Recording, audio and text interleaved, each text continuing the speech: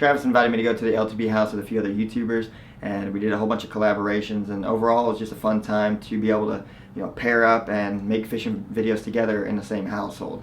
So stop one on the LTB social tour has been pretty fun. We're hanging out here in a house in Clear Lake, and I'm just excited to go to all sorts of different places around the country and around the world. Travis has mentioned Cabo and the Florida Keys and Mexico, all sorts of crazy places. So I'm just excited to be part of a company that loves social media and loves to teach kids through social media. So it's fun. I love being part of LTB, and I love catching big fish.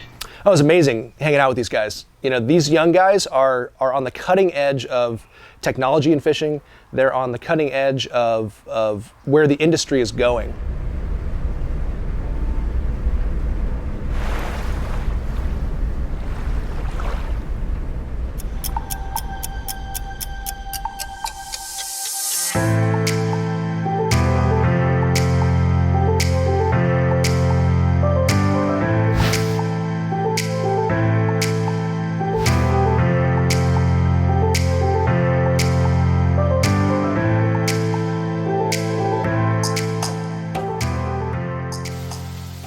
Right, looks like we got the bacon cooked to perfection. What's up, guys?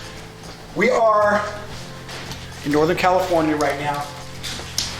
We were met up by all our LTB crew YouTubers, Jake, Tyler, John, Tall Fisherman Jay, Andrew Shattuck, fishhound.com, Shattuck. Hey guys, look at this. Clear Lake, California, the mecca of bass fishing. Beautiful mountains, beautiful waters. Clear Lake is amazing. It's a lot different than where I'm from, a lot different scenery, but I love it here. I've heard it's the land of the giants. I have seen so many videos of guys catching 8, 9, 10, 15 pounders out here. We are here. Look at this, the sun coming up. It's cold, it's that crisp air. Hey guys, there are giant bass swimming around all these docks, swimming around the rocks. We're gonna go looking for trophy-sized bass today. It is December. It's the winter time. The rest of the country is cold, in the snow, maybe doing some ice fishing, but we now have, you know, John, Tall Fisherman Jay came all the way from Florida, Tyler from Texas, Jake from Georgia, Andrew from Nevada, and so this is the lake that I spend the most time on. That's really special to me. I got a lot of old memories here, and we're gonna meet up with some of my buddies that are absolute sticks out in this water. That's Matt Allen and Tim Little from TacticalBassin. We're also gonna be joined by Nick, the informative fisherman, and we're gonna go out here and we're gonna have some fun today. Let's go.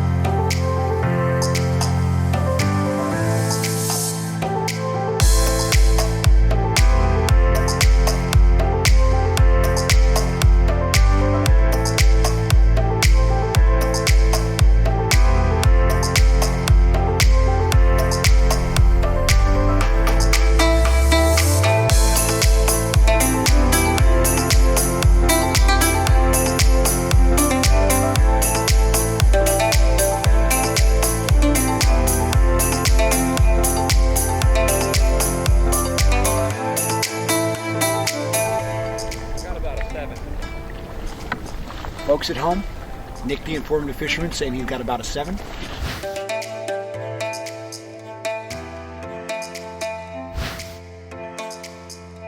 What I got going on is you could see the bank right here, how it tapers down, and these rocks are 60, 70 feet out here off the bank, and I've noticed every single thing so far that the guys I've talked to, it's all bottom contact. Everything's on the bottom, which means these fish are in a full winter mode. Deep vertical structure like this, big boulders, total winter pattern. So I was fishing deep, casting up shallow and dragging my jig off, but I'm trying to prevent that pendulum when it comes off a big rock. I don't want it to swing back, so I moved the boat up shallow, casting out to about 40 feet of water, and I'm just slowly dragging that jig as slow as I can up those rocks. Those largies with this 51-degree water temperature, I started switching to craw baits. I haven't got bit on the black and blue, so I went with green pumpkin brown, and right away it was my second cast with that jig, and Bonk. Just like that, man. Here we go, baby. Clear Lake for you.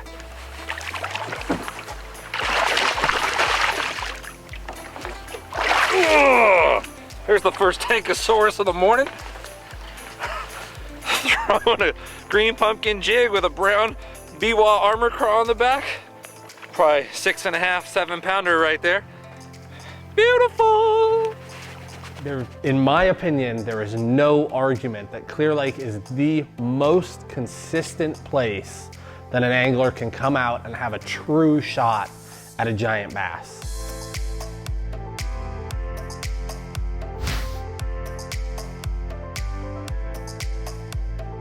You know, one of the things about fishing, you know, people think big baits, big fish. I wasn't fishing a giant swim bait, but I was fishing it in the exact same way, which is you slowly creep it. I mean, it's almost monotonous, like and mind numbing when you're doing it, because you're going so slow and you're creeping it so slow over those rocks.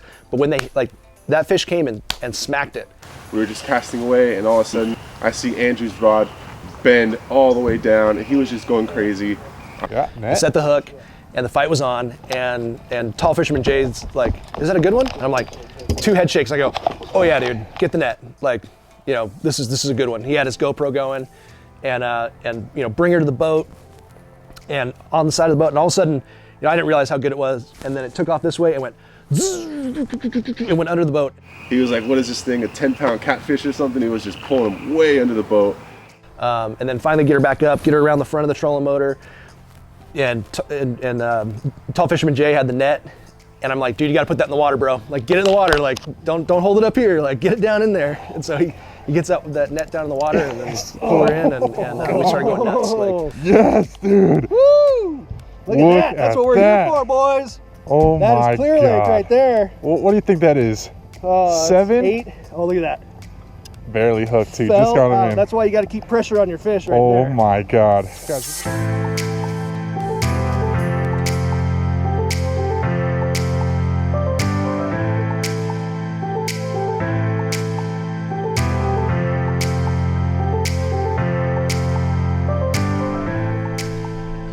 Morning, I'm gonna let Jake tell the story, but they went out in the water. They were fishing. Matt was taking some good spots here, and what happened, Jake? All right, so Matt is cruising on to this like secret location, and we saw some big fish underneath the boat. And I was like, wow, like the chances of catching that fish right now, it's like probably pretty slim because it's straight down. But when we move out, we might have a good chance. So we started cruising on up. I made a cast back, let my lure sink. And he said we passed over 2 giant bass, and what's giant out here, Matt? Are we talking 2-pounders? Or are we talking some? We were talking giants. So I had a little take, it's like, and I hesitated to set my hook because he's right here, and I was afraid I was going to hit him in the face. And he's like, stick it, and I just hesitated, and it spit it out immediately, and the look on his face just said it all. I was like, I missed the giant, and he's like, yes. And I'm like, Dude, it's Clear Lake. I mean, it's like I said earlier, the amount of big fish, and you start losing perspective. You lose perspective really quickly. You know, when you come to Clear Lake, you're like, oh, it's just another 5-pounder. But for people that don't get to experience this, and they, you know, a 5-pounder, there's a lot of people in the fishing world that have never caught a 5-pounder, and we take it for granted because, you know, we live it, we're here every day, we see it, and you lose perspective pretty quickly.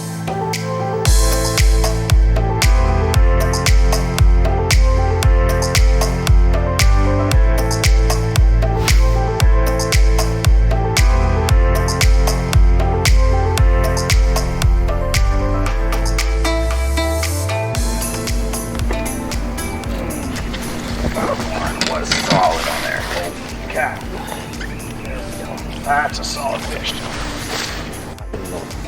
There we go.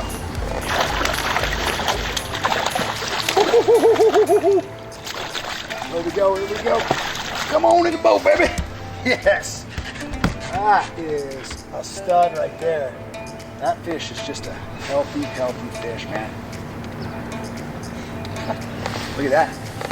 You guys want some little tidbit? Look at that. That is the Strike King Rage Craw. Spoiler alert, coming in the January box, dude. Look at that. See those pinchers right there? As you're dragging that along the bottom, those little legs, they're doing a little kick.